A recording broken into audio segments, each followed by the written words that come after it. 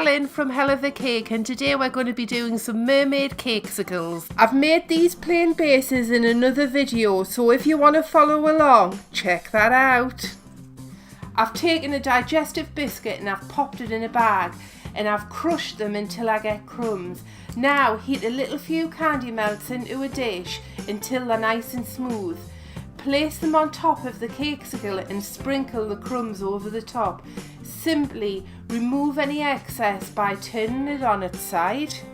I'm putting the cakesicle to one side and getting my mermaid mould ready. Now I'm mixing the blue and purple modelling paste by twisting, rolling and folding in the same direction.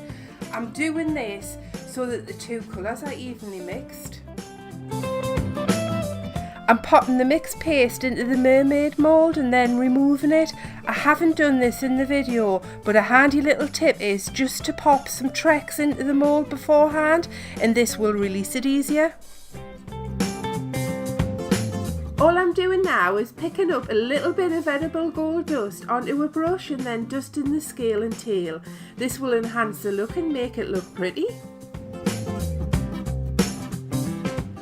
Take a few more candy melts and pop them in the microwave until they're nice and smooth, and then stick the mermaid tail onto the cakesicle.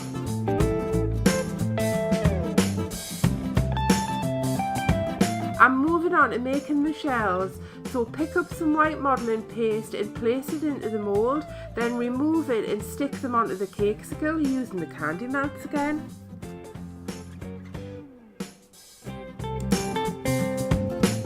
I've just popped a white sparkly ribbon on just to make it that little bit more pretty.